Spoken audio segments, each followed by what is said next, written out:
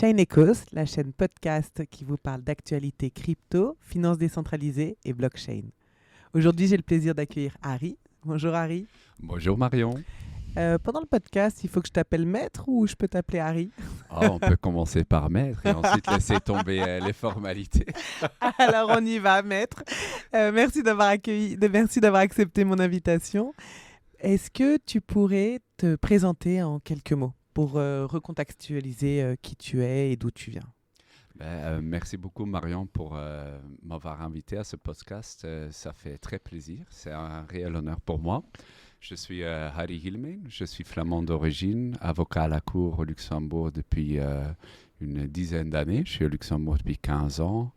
Je me focalise sur les marchés de capitaux et les levées de fonds. Donc, je suis plutôt un deal lawyer au lieu d'un avocat spécialisé dans le monde réglementaire.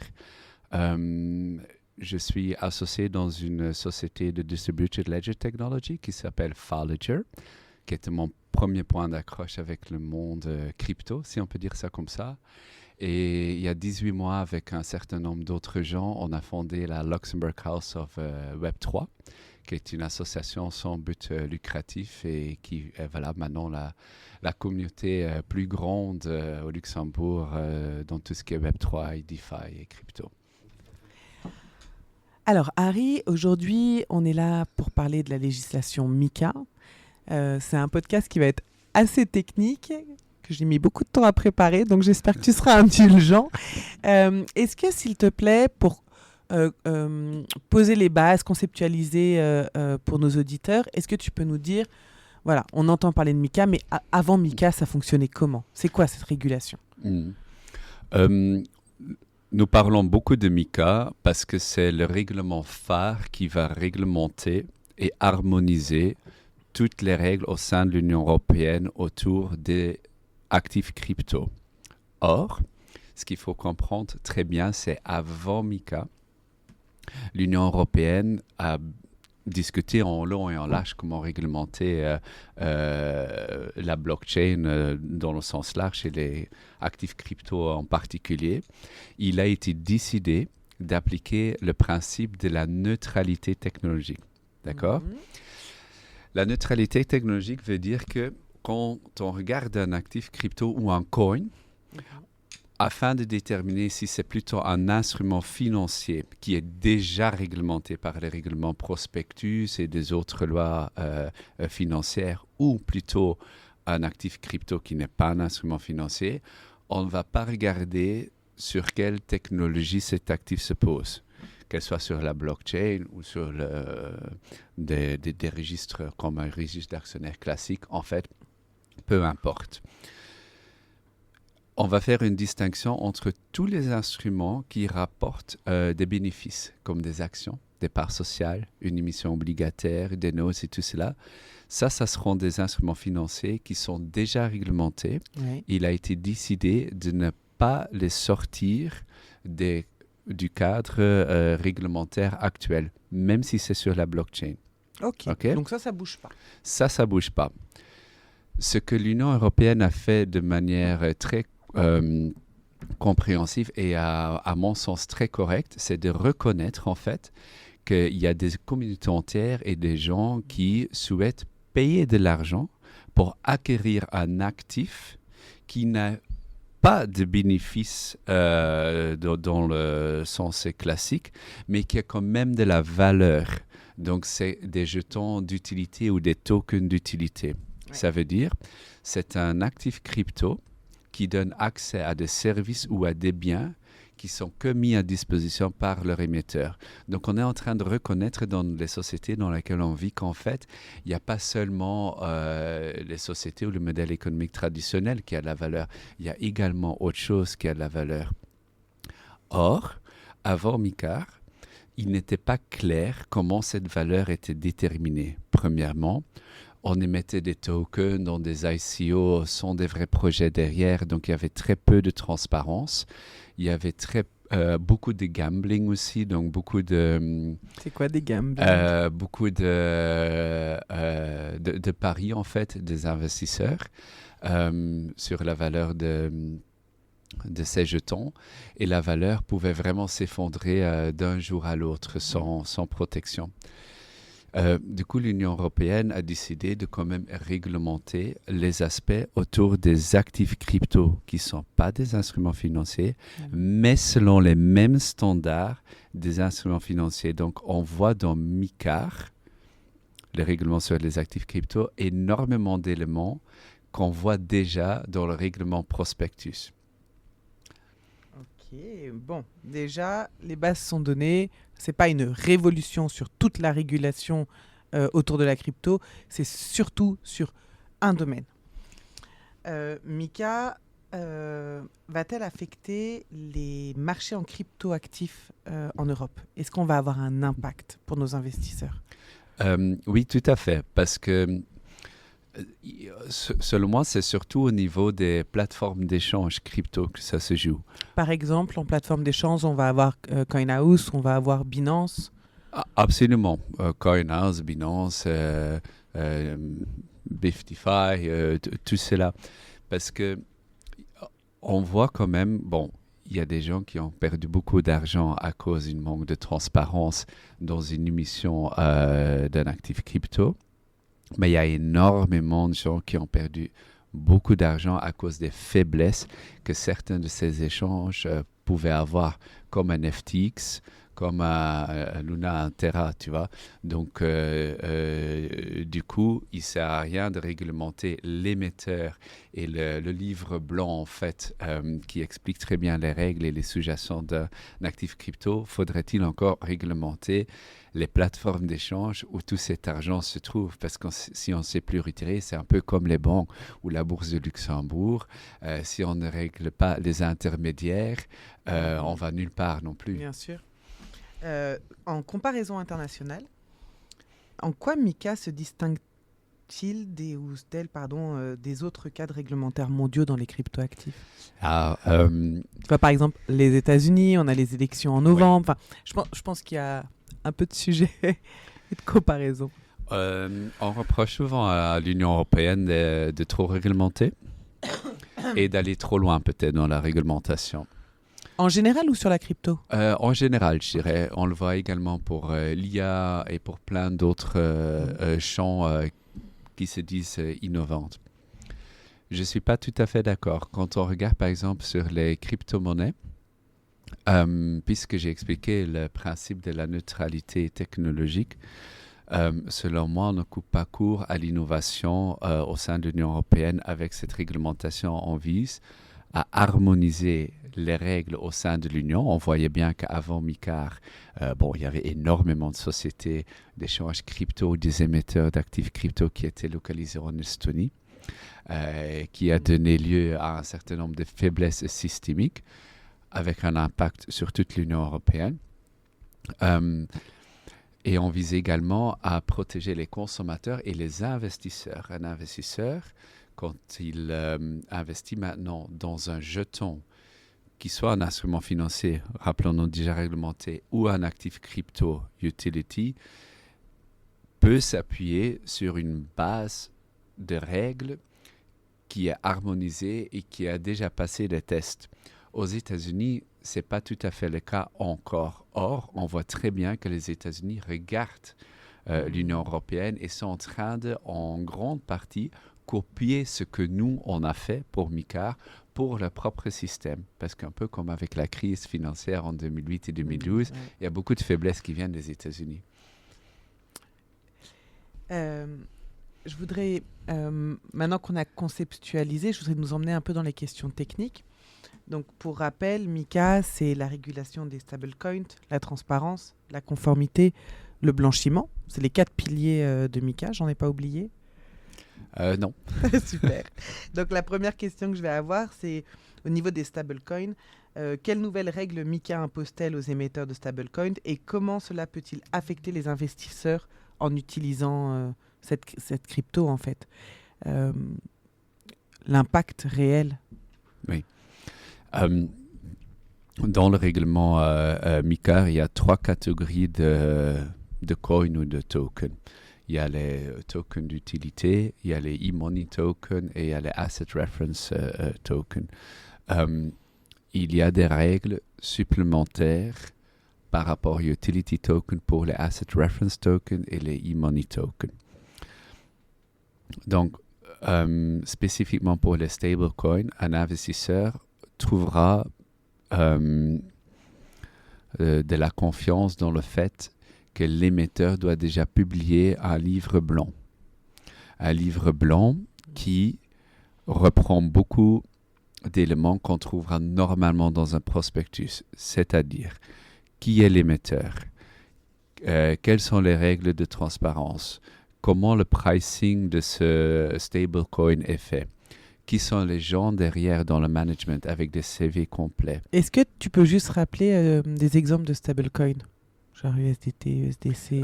Oui, donc par exemple, Terra Luna en était un, mais USDC, c'est un coin qui réfère sa valeur à le dollar américain, par exemple. OK? Donc, en fait, le principe d'un stablecoin, c'est qu'il garde toujours une valeur 1 sur 1 par rapport à une monnaie normale qu'on connaît.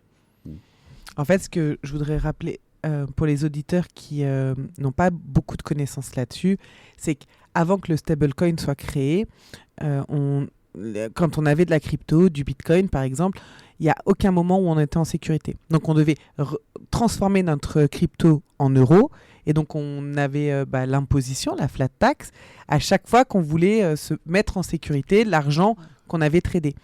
Du coup, il y a des sociétés américaines notamment qui ont compris un peu le business et qui se sont dit hey, si on faisait une crypto qui est en accord avec le dollar, quand j'ai un USDT, j'ai un dollar en face, on met cet argent sur le compte en banque.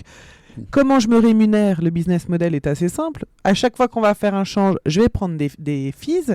Et puis, comme ça, les gens, quand ils auront fini, quand ils clôtureront un trade, ils pourront prendre cet argent, le mettre en stablecoin et ils risqueront pas de tout perdre. C'est ça, en fait. Oui, oui. Ce qui s'est passé, pour recontextualiser un peu, c'est qu'il y a eu quelques petits scandales, si je ne me trompe pas, avec parfois l'argent qui n'était pas, le nombre de dollars n'était pas égal au nombre d'USDT. Donc du coup, les gens se réveillaient le matin et ce qu'ils pensaient avoir de stable, genre s'ils pensaient avoir 100 USDT, en fait, ça avait chuté et ils se retrouvaient avec 70 USDT, c'était plus une stablecoin. Donc il y a des concurrents qui se sont montés.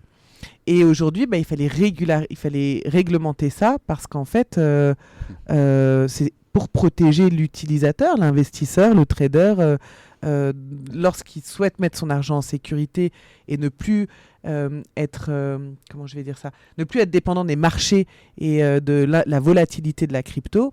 Si on ne régule pas ça, les gens pouvaient perdre beaucoup. Ah, absolument, Marion. Et pour les stablecoins, on impose quelque part ce qu'on exige des États. Par exemple, en Europe, c'est la Banque centrale européenne. La valeur de l'euro maintient sa valeur parce que Christine Lagarde le soutient. Elle le garantit. Elle garantit que l'euro ne perdra pas valeur. On voit, surtout maintenant dans les BRICS 20, donc Brésil, Russie, Inde, Chine élargie maintenant, que la valeur de la monnaie dans ces pays-là baisse constamment. Tu vois? Donc, il y a des faiblesses systémiques au sein de ces pays. Alors, l'Union européenne dit spécifiquement pour les stablecoins, pour pouvoir garantir que c'est un 1 sur 1, donc un stablecoin euro vaut 1 euro, ouais. Il faut avoir la masse et les garanties derrière. S'il y a beaucoup de monde sur le marché, de le repayer, que cette conversion 1 sur 1 est toujours vraie. Bien évidemment, quand une marge de dépôt est que 5% et il y a 10% de la clientèle, parce qu'il y a des grands mouvements qui se font demande, il s'avère que, zut, alors ce n'est plus 100%, mais ça devient 95%. Alors là, on déclenche quelque chose et il y a vraiment de la peur qui se crée et les gens retirent et en fait, ça chute. Exactement. Voilà. Mais il existe un stablecoin euro? Non. Non, je donnais Ah oui, je donnais l'exemple euro parce qu'on était en train de parler d'euro. On en parle Oui. dans, c'est quoi, 2026, 2027 pourquoi pas d'avoir un stablecoin euro? C'est très politique, mais pour en 2026. Et il y a d'ailleurs au Luxembourg plusieurs personnes qui travaillent sur ce projet. Hein. Ah, Oui. donc, Dont Nadia Manzari, par exemple. d'accord, ancienne CSSF. Oui. Je pense que maintenant on a bien compris un peu ce qu'étaient que les stablecoins et comment ça allait être régulé pour sécuriser en fait les investisseurs dans leur prise de participation dans la crypto-monnaie. Maintenant, quel type d'informations les émetteurs de crypto-monnaies, de crypto-actifs, devront-ils fournir pour Mika? Parce que ça va changer ça aussi. Oui. Très bonne question, Marion. Toutes ces informations sont en fait dans le livre blanc ou dans les exigences de la publication d'un livre blanc qui a un contenu assez spécifique et déterminé. Honnêtement, on en fait vraiment la révolution agricole sur le marché, comme quoi que c'est insurmontable de rédiger un tel livre blanc qui serait compliant à MiCA. Il suffit. T'as pas l'air d'accord. Non, parce que je pense, dans le monde de la crypto, il y a beaucoup de nouveaux acteurs et des acteurs qui ont l'habitude de rédiger des white papers sur des Notions ou online et tout cela. Il suffit en fait, en grande partie, de prendre un prospectus ou un livre blanc sous le règlement prospectus et suivre les mêmes règles avec un certain nombre d'éléments qui sont dans l'annexe de MiCA qui sont spécifiques. Donc, on va déjà déterminer qui est l'émetteur, dans quel pays est l'émetteur, comment il est organisé, le conseil d'administration, les personnes clés, combien, donc sur l'émission en tant que telle, combien de tokens sont émis, à quel prix, est-ce qu'il y a un vesting, est-ce qu'il y a un burn rate, en fait, tout l'ensemble économique autour du token. Mais c'est hyper rassurant pour l'investisseur d'avoir ces données-là, et c'est nécessaire. Et c'est nécessaire parce qu'on voit quand même beaucoup de white paper, des tokens qui sont un peu ludiques, ok, c'est des meme coins et tout cela. Ça sera pas assez composé dans le futur, ok? Quand c'est distribué au sein du public en Europe. Je ne connaissais pas cette expression, ça sera pas assez composé. Non. Ça, on dit merci, au revoir. Bien évidemment, quand on dépasse certains seuils, quand on fait un meme coin en dessous d'1 million d'euros, c'est de la petite frappe et on s'y intéresse pas. Hein? Mais quand on fait vraiment un token de manière convenable, tous ces éléments clés devraient figurer dedans. Également, un paragraphe sur la fiscalité, par exemple, sur la technologie employée.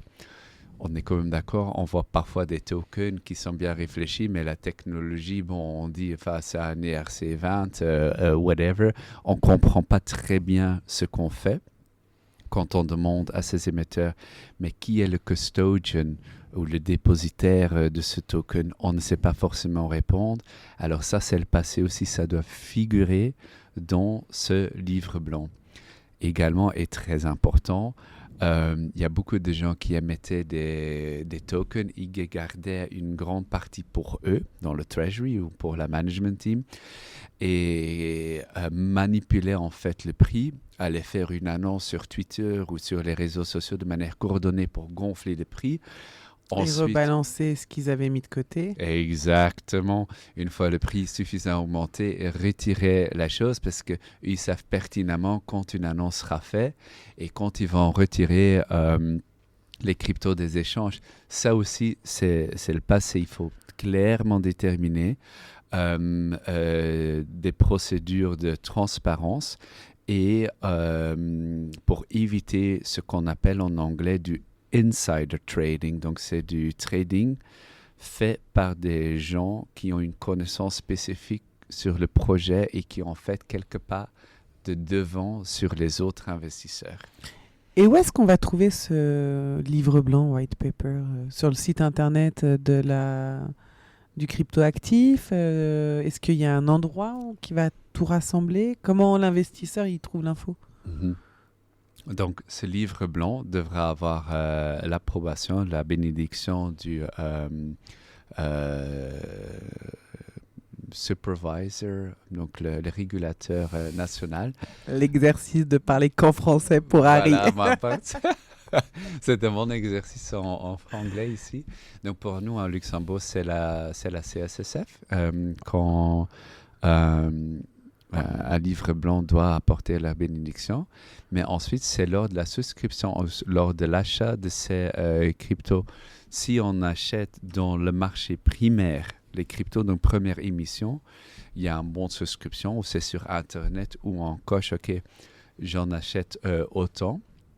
Et par exemple, en achetant, je me mets d'accord avec les conditions générales et le livre blanc ou le prospectus qui va avec le projet. Et à ce moment-là, on peut prendre connaissance du livre blanc. Si on achète sur les échanges comme une Binance ou Bitstamp et tout cela, bien évidemment, il n'y a pas cette coche, en fait, c'est sur les échanges. Alors, dans ce cas-là, on peut regarder le site Internet de l'émetteur où ce document doit être mis à disposition de tout le monde. D'ailleurs, dans une langue de l'Union européenne. Ça sera presque toujours l'anglais. Ça ne sera pas en français. Ce ne sera pas comme les lois de l'Union européenne qui sont d'abord en français et ensuite traduites en anglais. Non. Donc, okay. l'Union européenne n'exige pas que le livre blanc est traduit dans toutes les langues de l'Union européenne où c'est distribué, mais ça doit être dans une des langues. Donc, je m'attends à ce que la vaste majorité des émetteurs choisissent l'anglais en tant que langue, oui. Maintenant, je voudrais parler un peu des mesures de prévention de blanchiment, parce que aujourd'hui, quand on parle à quelqu'un qui connaît rien en crypto, la première chose qu'il me dit, Marion, la crypto, c'est obscur. C'est quand même le premier mot qui sort. Donc non, c'est pas obscur. Non, c'est pas fait pour blanchir de l'argent. Et oui, aujourd'hui, du coup, il y a une régulation pour ça. Du coup, quelles sont les mesures prévues par MiCA pour la prévention du blanchiment d'argent et du financement du terrorisme, et comment peut-il impacter les transactions des investisseurs ? À mon avis, tu vas me parler un peu de KYC, etc. Mais Marion, je pense qu'on doit être honnête et dire que historiquement, effectivement, la crypto, la blockchain a été utilisée à des fins de blanchir. Mais alors là, je vais te dire, tous ceux de Chain.eco, s'ils étaient là, ils débarqueraient pour me prendre les micros pour dire non. D'abord, il y a eu ceux qui ont voulu être indépendants et ne plus dépendre ni des États ni des banques pour leur argent suite à la crise des subprimes en 2008. Certes. Et bien entendu, dans toute revendication, etc., à un moment donné, le mal peut prendre parti. Et effectivement, cette liberté totale a donné accès à des gens qui faisaient du blanchiment et du terrorisme, l'accès à des moyens de paiement qui étaient différents des banques. Mais ça n'a pas du tout été créé pour ça et ce n'était pas utilisé pour ça. C'est qu'on a une infime partie des gens qui utilisaient la crypto qui sont, qui sont des méchants. Non, non, tout à fait, je suis 300% d'accord. En fait, la crypto ou le système n'a bien évidemment pas été inventé à des fins de blanchir de l'argent. Or, il y a eu certains éléments qui ont été utilisés par les mauvais. Je suis complètement d'accord. Et l'industrie ne peut pas être aveugle sur cet élément. Or, c'est ce qui me fait toujours rire quand tes contacts, tes clients disent « Ok, c'est obscur, c'est opaque et tout cela ». Il n'y a rien qui est plus transparent que les transactions crypto. Bah oui, parce que c'est dans la blockchain. Et la blockchain est quoi ? La blockchain est un registre. Donc, si c'est un registre, toute transaction est notée. Voilà. En fait, c'est un registre qui permet la transparence, la sécurité et la décentralisation, en fait. Et moi, je m'en étais rendu compte lors de l'affaire de Bit4You. Vous connaissez Bit4You ? Non. Ok, Bit4You était la plus grande plateforme d'échange crypto indépendante belge. Ok. Et ils sont malheureusement tombés en déconfiture l'année dernière parce que plus ou moins 40% de leurs avoirs crypto étaient stackés chez CoinLoan en Estonie. Or, CoinLoan en Estonie a été victime d'un hack ou est tombé en déconfiture. Et donc, du coup, Bit4You, il y avait un petit FTX européen qui se crée, ne pouvait plus accéder à 45% de ses propres avoirs. Donc, ils ont éteint l'accès ou terminé l'accès à la plateforme afin de stabiliser et éviter que tout le monde allait retirer les cryptos et que l'égalité entre les clients était ne plus préservée. À ce moment-là, je rentre en tant qu'avocat dans le dossier afin de stabiliser et de restructurer Bit4You. J'ai découvert qu'avec du forensic software, donc des outils IT, qu'on pouvait voir toutes les transactions de tout le monde, de tous les wallets, de tous les portefeuilles. Et d'ailleurs, chez Bit4You, c'était assez bien fait au niveau de KYC et qu'on pouvait voir tous les mouvements. Et je me suis dit, zut alors, tu vois, toutes ces personnes individuelles qui pensent, je vais mettre un peu en crypto et je ne vais pas déclarer aux impôts et faire quelques paiements, ça ne se saura jamais. Mais alors, ça ne se sait pas de la banque parce que là, l'administration fiscale doit vraiment faire, que sais-je, des demandes à la banque pour avoir accès au mouvement. Tandis que crypto, quand tu as le software nécessaire, tu vois exactement tout ce qui s'est passé. Et c'est ça la beauté, en fait. Et aujourd'hui, l'administration est formée et ils sont même plutôt bons pour aller rechercher de l'information. Oui. Du coup, si on en revient à notre question, qu'est-ce qui est mis en place pour éviter ce blanchiment d'argent et comment ça va impacter nos investisseurs ? Donc, il y a le KYC et Know Your Customer et KYT, Know Your Transaction, se jouent aux différents niveaux. Donc, premièrement, quand on ouvre un profil ou un wallet dans un échange comme une Binance, il faut passer par du KYC assez poussé. Donc, en gros, on va vous demander votre adresse, un justificatif de domicile, l'origine de votre fortune, la provenance des fonds, votre pièce d'identité. Il va falloir, vous savez, quand vous ouvrez un compte dans une néobanque, on vous fait faire des exercices avec votre pièce d'identité où vous tournez la tête à droite, à gauche. Et en fait, c'est toute cette procédure qui permet d'identifier qui est son client, d'où provient son argent et d'où provient sa fortune. Absolument. Et moi, j'ai vu une évolution où on se concentrait au départ surtout qui vous êtes, donc identifier la personne, passeport et tout ça, et que maintenant, il y a beaucoup plus d'attention qui est donnée d'où proviennent les fonds. Il y a vraiment des demandes. Je l'ai eu récemment avec Binance, tandis qu'en 2021-2022, je n'avais pas ça, Marion, où je devais prendre une capture d'écran de mon compte, également justifier d'où venait l'argent de cette transaction qui est arrivée sur le compte. J'ai dû envoyer une copie d'un acte notarié d'un bien que j'avais vendu.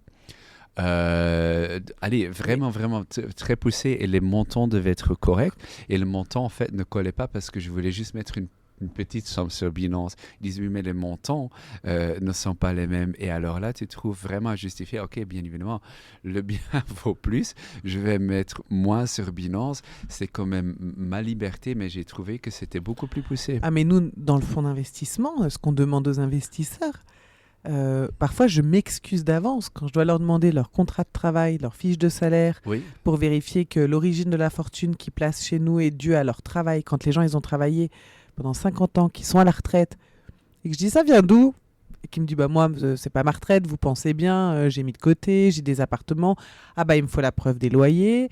Là dernièrement j'ai eu un investisseur qui a placé un peu d'argent comme toi et qui me dit je dis l'origine de la fortune. Alors il me dit ma petite dame, l'origine de la fortune, je vais quand même pas vous ouvrir mon compte bancaire. Si, je veux un extrait de compte. Et puis s'il vous plaît monsieur, je voudrais l'acte de vente avec lequel mais les gens ils pensent qu'on est fou et qu'on rentre dans leur intimité et nous ça fait fuir certains investisseurs. Pas parce qu'ils ont des choses secrètes, mais parce que dans certaines cultures, notamment la culture française, le sujet de l'argent est un sujet qui est un peu tabou. Vivons heureux, vivons cachés, c'est un peu la culture et donc du coup je te montre pas ce que je gagne, je veux pas, qu'est-ce que tu vas faire de ces informations là. Ils sont vraiment stressés et nous de l'autre côté aussi au niveau du fonds, ce qui est compliqué, c'est comment on stocke ces données. Mhm. Parce qu'à côté de ça, ok, Ah. il y a tout ça, mais il y a la RGPD, etc. Et on se retrouve dans un système où du coup tout devient extrêmement compliqué, même si je comprends pourquoi on fait ça et quelles sont et les choses positives en fait de contrôler d'où vient l'argent et que ça soit pas venu d'activités terroristes ou illicites. Mon conseil, Marion, à Chain Ecosse, serait de dépersonnaliser la collecte du KYC. Vous pouvez éventuellement songer à un système IT ou une fenêtre online où les gens téléchargent ces documents sans rentrer en contact avec une adresse mail qui a ton nom ou un nom de votre équipe. Ça, je l'ai vu chez certains clients, ça fonctionne assez bien parce que déjà, c'est plus dépersonnalisé, mais bien évidemment... Mais le problème, c'est que nous, la majorité des gens qui sont dans notre fonds, ils ont un certain âge. Okay. Et en fait, même remplir leur dossier, ils viennent soit physiquement dans le fonds, soit on fait une visio, mais c'est les enfants qui aident à installer la visio. Enfin, comme pour investir dans le fonds, il faut être un investisseur professionnel. Quand tu as 25 ans, c'est dur d'avoir le passif de l'investissement professionnel, d'avoir eu plus de 500 000 euros d'actifs, d'avoir plus de 10 transactions par trimestre, de transactions d'investissement par trimestre. Et pour rentrer dans ces qualifications-là, tu as besoin de l'expérience et du patrimoine que tu accumules pendant ta vie. Donc, dématérialiser complètement, c'est bien, oui, mais ça reste quand même... compliqué actuellement. Ouais, c'est certainement pas facile. Éventuellement songer à l'externaliser à une partie comme un tokening qu'il fait, surtout quand vous grandissez, faire la balance, est-ce que c'est une charge administrative que vous voulez garder ou pas, et également une responsabilité parce que la collecte de KYC vient, comme tu l'as dit, à juste titre avec GDPR, avec une responsabilité certaine et c'est pas évident. Ça, pour le coup, je pense que c'est une critique sur MiCAR ou les règles européennes qui est justifiée. Que parfois, les exigences de collecte de KYC vont un peu au-delà de ce qui est peut-être nécessaire. Je suis d'accord avec oui. toi. Maintenant, si on va dans le côté pratique de MiCA, la première chose, c'est quels sont les principaux défis que les investisseurs et les entreprises qui travaillent autour des cryptoactifs devront surmonter pour se conformer à MiCA. On a parlé un peu pour les entreprises de ce côté un peu RGPD dans la collecte de KYC, mais est-ce qu'il y a des choses où ça va changer nos habitudes et le fait de changer l'habitude d'un investisseur ou d'une entreprise engendre en fait des difficultés et qu'il faut leur laisser le temps. Mm-hmm. Pour l'investisseur, donc il y a des investisseurs qui ont gagné de l'argent et gagné beaucoup d'argent sur des produits très volatiles. Il y a plus d'investisseurs qui ont perdu de l'argent, mais il y a une partie qui a gagné beaucoup. Pour la partie qui a gagné, plus tout type de produit serait disponible dans l'Union européenne. D'accord? Donc, c'est un peu comme les Américains aux États-Unis. Ils n'ont pas accès à tous les produits d'investissement. On voit très souvent, ce n'est pas disponible pour des résidents aux États-Unis.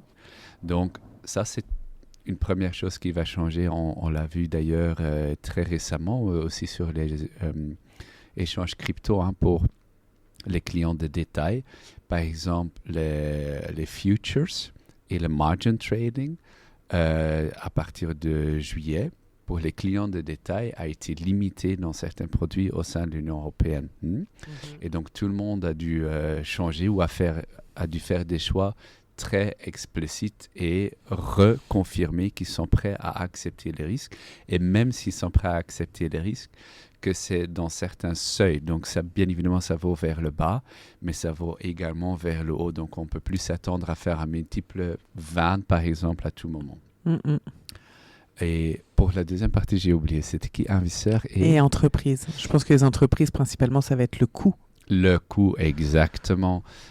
Quand on tombe sous le champ de MiCA et on se réalise que on fait de la réception des fonds pour l'investir pour compte de tiers ou on est une plateforme d'échange crypto et tout cela, il faut qu'on ait une vraie licence MiCAR, de Crypto Asset Service Provider. Donc, ça veut dire un prestataire de services dans des actifs crypto, sera une licence très spécifique, qui est maintenant un prestataire de services dans des actifs virtuels.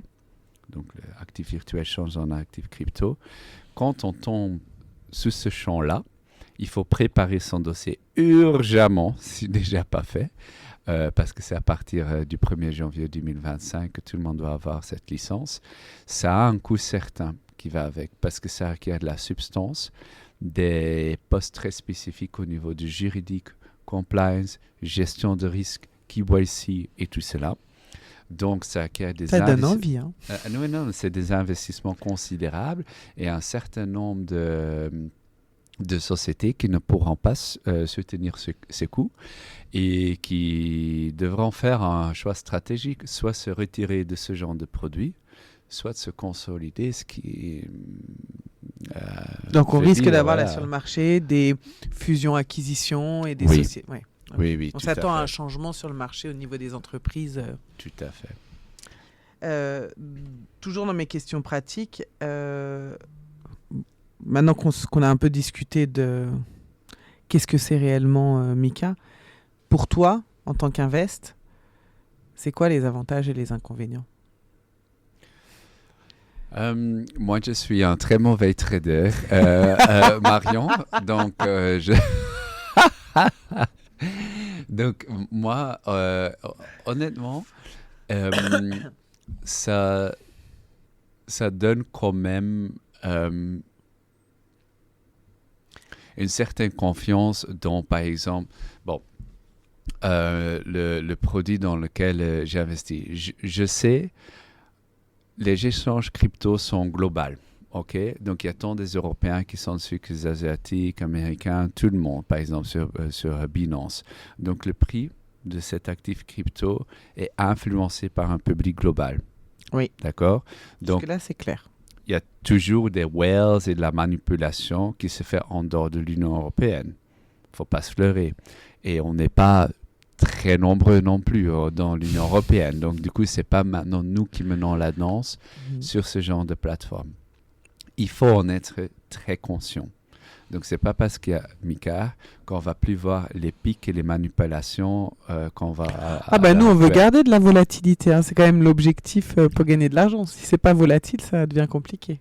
Exactement. Donc, du coup, ça, en tant qu'investisseur, ça me donne confiance. Donc, déjà, avoir réalisé que trading, ce n'est pas pour moi. Que si je place mes aventures de trading chez des professionnels comme vous, que vous êtes contraints à appliquer des règles de transparence, de gouvernance, de sécurité qui me donnent le même niveau de protection que j'irais quand je les placerais dans un fonds boring chez une banque traditionnelle. C'est les mêmes règles de protection qui s'appliquent. Or, le retour est quand même normalement plus élevé chez un bon trader. Donc ça a quand même un impact considérable. Et du coup, les inconvénients T'en vois pas. C'est chouette hein, si c'est le cas. Les inconvénients, je dirais pour quelqu'un qui est un bon trader à titre individuel que c'est quand même capé vers le haut aussi. Donc le bas est capé, mais le haut aussi est capé parce qu'il y a moins de volatilité. Mais bon, ça ne s'applique pas à moi. Et je rappelle que 96% des gens perdent de l'argent en crypto. Les clients de détail, donc ça vaut pour. Mais on a eu une interview avec Warren et Yanis, qui sont deux de nos traders. C'était pas avec Warren et Yanis, c'était avec Thibaut et Yanis, excusez-moi, qui sont deux des traders du fonds. Et la première chose qu'ils racontaient, c'est que d'abord, ils ont appris à perdre de l'argent avant de comprendre comment en gagner. Mais il a fallu du temps. Et donc ça, c'est vraiment un maître mot en crypto. C'est avant de comprendre son fonctionnement, tous les gens qui sont passés à mon micro, tous les gens avec qui je discute sur comment ils ont gagné de l'argent crypto, ils commencent tous par te dire « Ah non, mais j'en ai beaucoup perdu d'abord. » Et ensuite, j'ai compris le fonctionnement et ensuite, j'ai appris de mes erreurs et ensuite, je suis devenu un trader extra. Donc, quand tu me dis « Harry, moi, je suis un mauvais trader », non, tu n'es pas un mauvais trader. C'est juste que tu as commencé et que t'es rendu compte que c'était pas ton truc et que pour le coup, t'avais pas le temps de t'impliquer là-dedans et que tu préférais faire confiance à des gens spécialisés.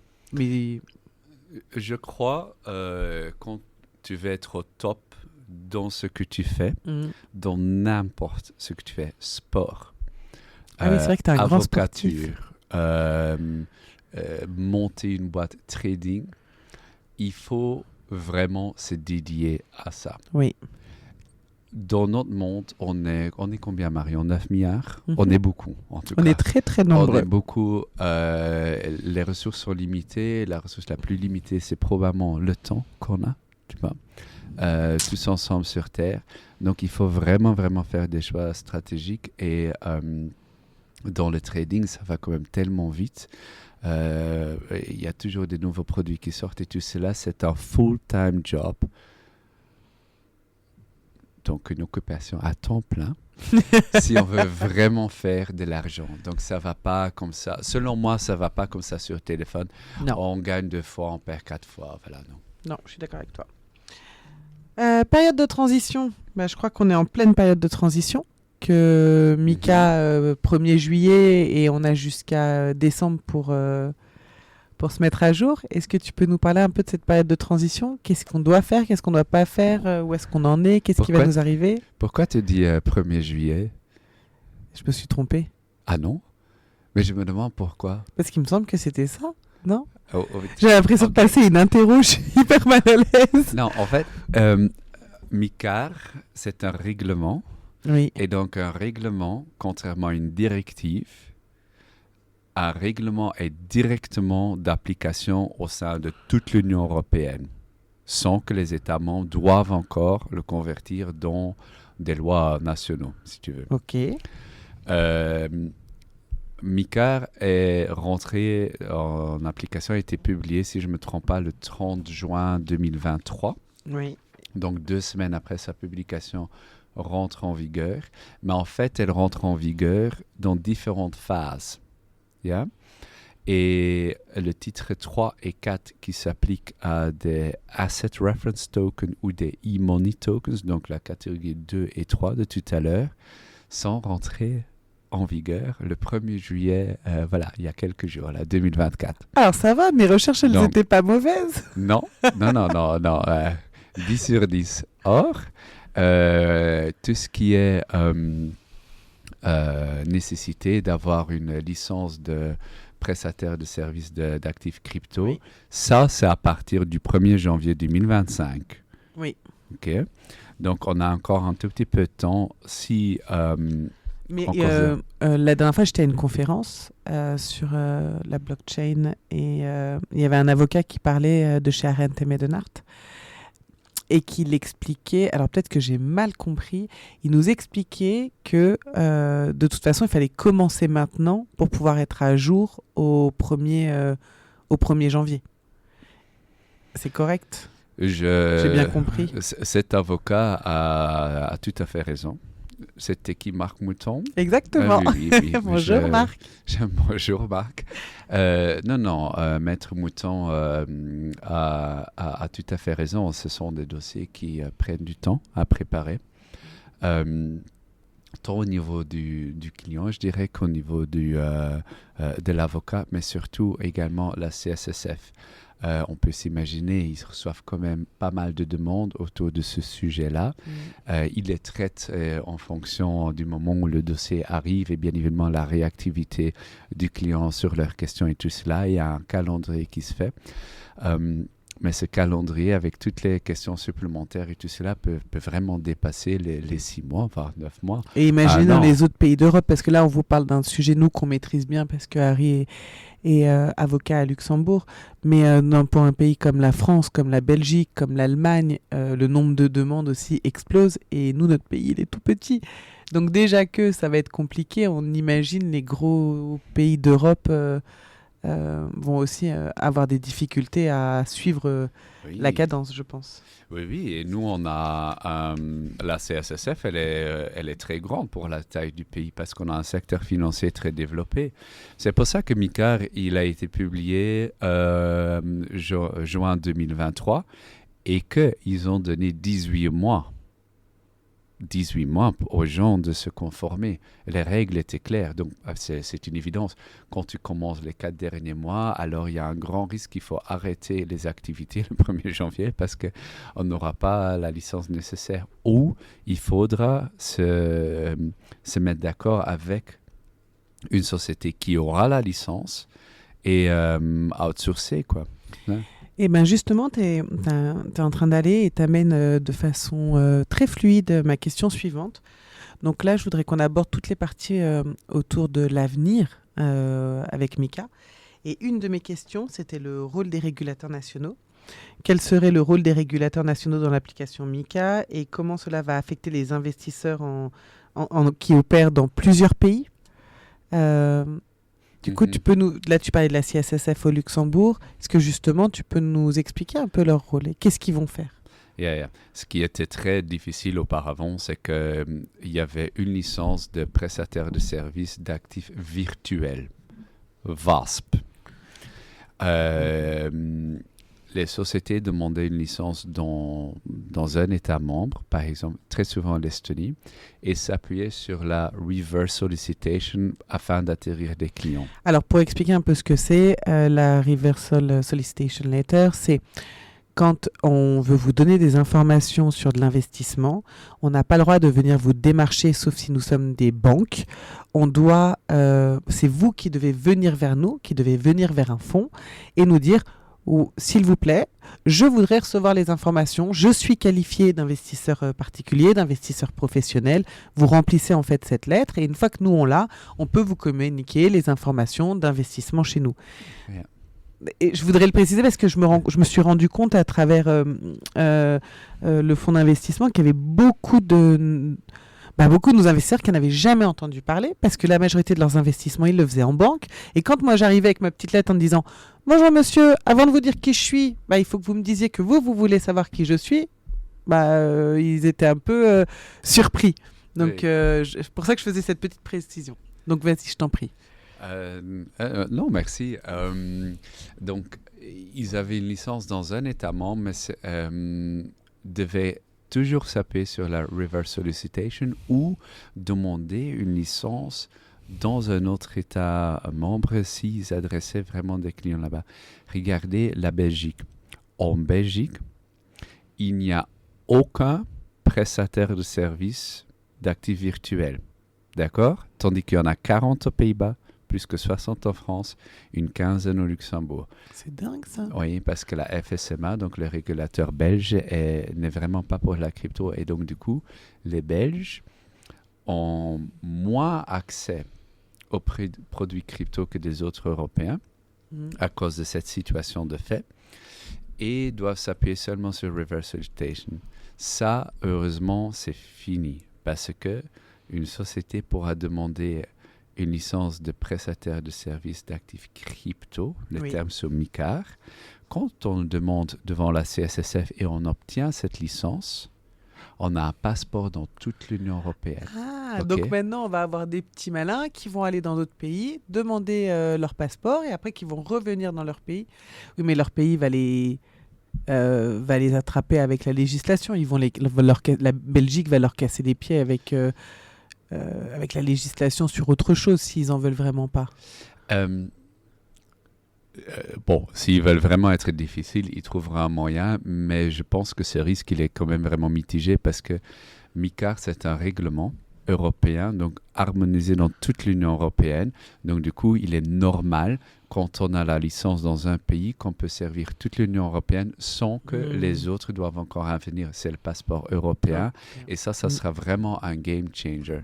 Donc le rôle de la CSSF ou des différents États membres est de vraiment regarder quand il y a une application, si MiCAR est respecté. Bien évidemment, il y a toujours un rôle pour la ESMA, donc European Stabilization Mechanism Authority et European Banking Authority avec des guidelines, donc des lignes conductrices sur MiCAR pour des points techniques.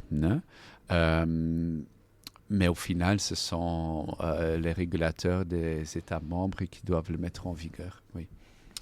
Si je parle d'innovation et d'adaptation, Comment Mika peut-elle prendre en compte les innovations futures en blockchain, cryptoactifs Pardon, j'ai pas compris. Je reformule. Comment Mika prend-elle en compte les innovations qui vont arriver, les innovations futures dans le domaine de la blockchain et des cryptoactifs? C'est-à-dire que comme c'est un monde qui est en perpétuel mouvement, comment une réglementation comme ça anticipe en fait ce qui va arriver? Mhm. La beauté de Mika est vraiment ce principe de neutralité technologique. Mika dit très clairement que ce soit blockchain ou pas blockchain, dans la préambule, ça n'a pas d'importance. Donc, on donne libre cours à toute innovation sur la blockchain pour développer des produits de DeFi, de DAO et autres en fait. Donc, on l'englobe dans de la réglementation globalisée. D'ailleurs, il y a eu un European Pilot Regime pour des projets blockchain spécifiques dédiés où le marché pouvait faire application en disant « je tombe probablement dans toutes les chambres de Mika, mais il y aura énormément de contraintes organisationnelles très coûteuses qu'on ne peut pas payer pour l'instant. On demande une dérogation ou on demande à être incubé. » Enfin, je l'explique un peu de manière maintenant vulgarisée, mais en gros, l'idée est ça. Ça n'a pas connu beaucoup de succès parce que, bon, un peu typiquement européen, il y avait des critères d'admission qui étaient assez contraignantes. Mais là, on voit quand même vraiment que l'Union européenne fait de son mieux pour développer l'innovation et pour le soutenir. Pas mal. Super même. Et du coup, ma dernière petite question dans les questions d'avenir, c'est sur la réglementation. Comment tu vois l'évolution future de la réglementation en cryptoactifs et comment, notamment au niveau des investisseurs, ça va... qu'est-ce qui peut nous arriver ensuite, après Mika?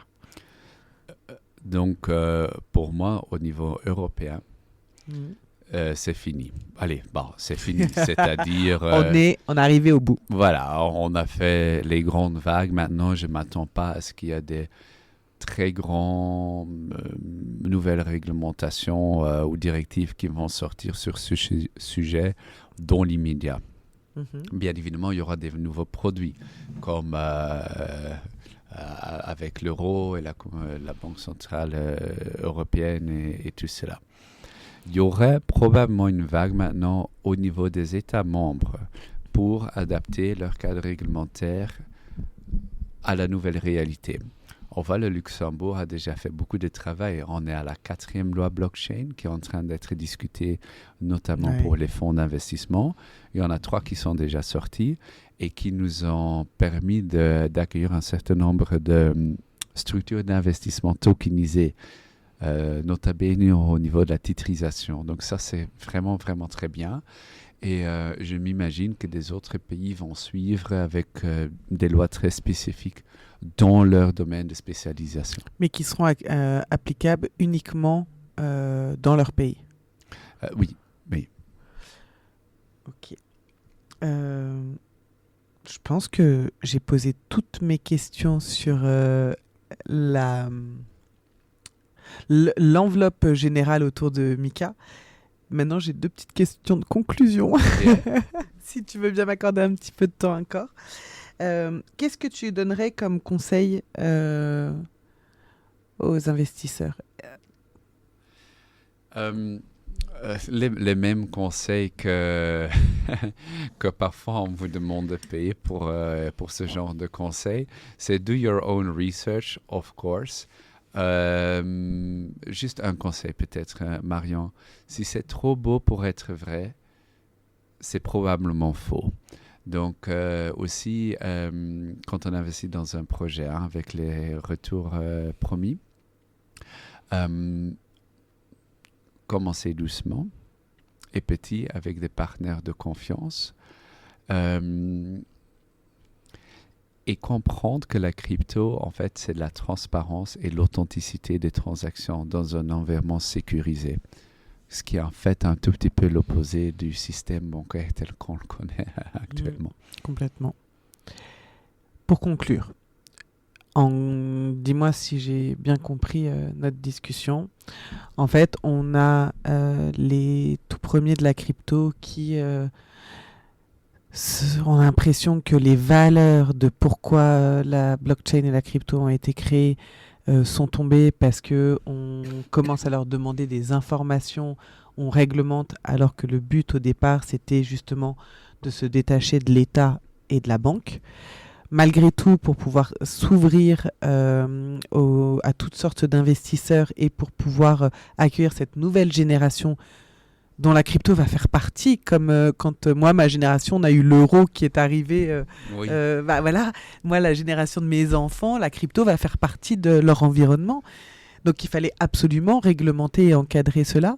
Et donc, du coup, si on conclut, ça peut être que un apport positif dans le monde actuel, de venir encadrer et de s'assurer que les scams, les arnaques, les gens se sentent en sécurité quand ils souhaitent investir dans ce domaine-là. 10 sur 10, je suis tout à fait d'accord. Eh ben, pas mal. Merci pour tout, Harry. Merci de ton temps, de tes explications.